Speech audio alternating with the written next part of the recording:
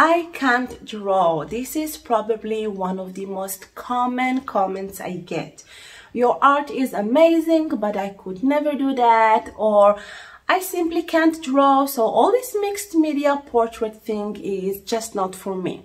So I am here today to tell you, yes, you absolutely can. Hi everybody, I'm Sharon and my videos are my way to help you overcome creative obstacles, improve your techniques and really maximize each and every creative session you make. On today's video, I want us to overcome the I can't draw barrier. I will share with you a fun, cool transfer technique that will leave you with an amazing mixed media portrait piece. I will demonstrate the technique, I will show you some basic shading tools, and by the end of this video, you will be able to create your own mixed media portrait piece. So grab your paints and let's get into it. Choose an image you like to transfer. It can be any printable image you want. I downloaded mine from artphilosophy.com. They have put up a nice selection of free images for you to download. A link for all that will be waiting for you in the description box below, together with all the materials I have used here today. For the best results, I suggest to print it on a laser printer, or else you will risk having some ink smudges. But if you don't have one, go for it anyway. It might not happen, and even if it will leave you with some ink smudges here and there, you can fix it with just a little bit of paint or leave it as it is. Choose your surface. It can be a chipboard, piece of wood or canvas. I chose a plain chipboard which I'm covering with white gesso, so I will have a white background. You don't have to apply the gesso for the success of your image transfer. It was just an artistic choice I made.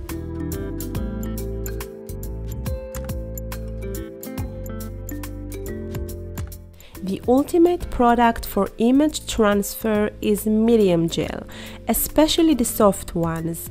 And if you are worrying that you might not use it that often and don't know if it's worth buying, then just check my video on all the different ways you can use a medium gel, and it will help you decide wisely if it's the product for you.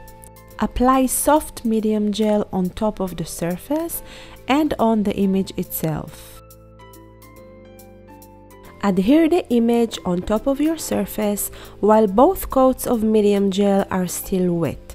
Press firmly and make sure no air bubbles are left. Wait until it will naturally dry or use a heating tool for a faster result. Spritz water and peel the paper off. You can rub it using your fingertips and use a cloth to remove all the bits. And there you have it, just like a magic, the image has transferred from the paper to your surface. Don't be alarmed if the transfer was not perfect. You can see I also didn't get a perfect transfer, and I actually didn't even try, because we are going to do so many things on top of it that all these imperfections will not be shown. I am dabbing a little sponge with some gesso to lighten the black lines of the image, focusing especially on the face. On my realistic drawings, I love using color pencils, but today I want to show you a fun, creative other way to achieve a soft and elegant outcome. For coloring the face, I will be using a water-soluble crayon activated with gesso. You will get this pastel soft look, and most importantly, we will be able to use a color pencil on top. If we wouldn't have used the gesso, the crayons wax would have made it almost impossible to use pencil on top.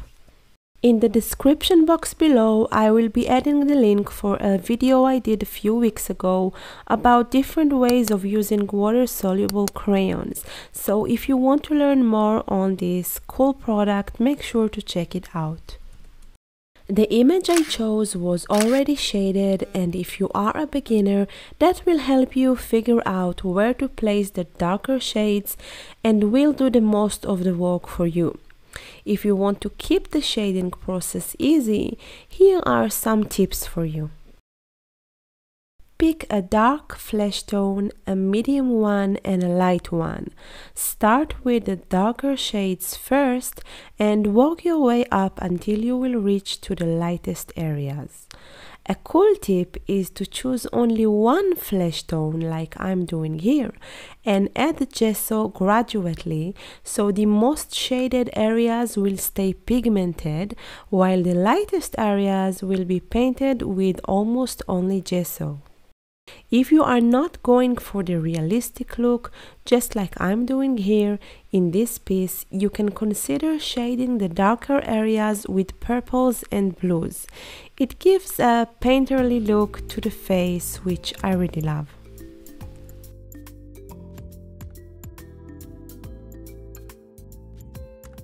Add more shading using color pencils on top. That will define the parts of the face better.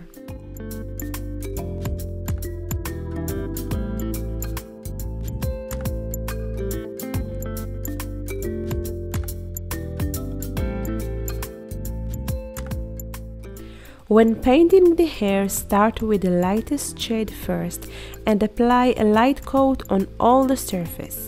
Then gradually move to the darker tones until you will reach the tones you wanted. Make sure your brush strokes imitating the hair movement.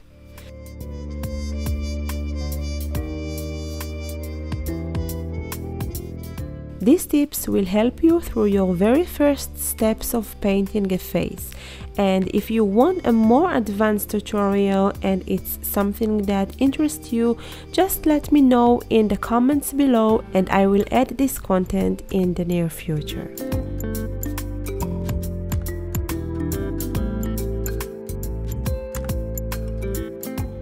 Now you will see me continuing with building my composition and adding expressive colors and splatters. A few more tips will be waiting for you at the end of this video.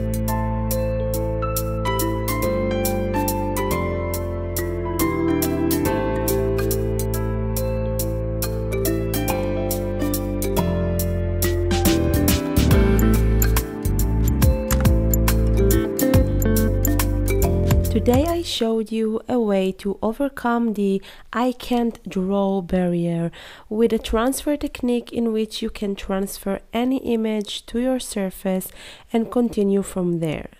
I want to add my personal tips for those of you who think they can't draw and let it become a barrier between you and your creations. If drawing is not something that interests you, but you do want to combine face in your creations, there are a lot of things you can do. You can use stencils, collage, stamps. There are so many tools that can help you, and I promise to bring here every now and then a demonstration. But if you are interested in painting faces, just go for it. Start learning, watch YouTube, read books, take an online classes, and if you are not drawing now, it doesn't mean that you can't. Creativity is a journey, and I encourage you to always explore new fields. I want to thank you for being here with me today, and if you enjoyed this content, make sure to give this video a thumbs up and subscribe to my channel. I will see you again in my next video. Bye bye!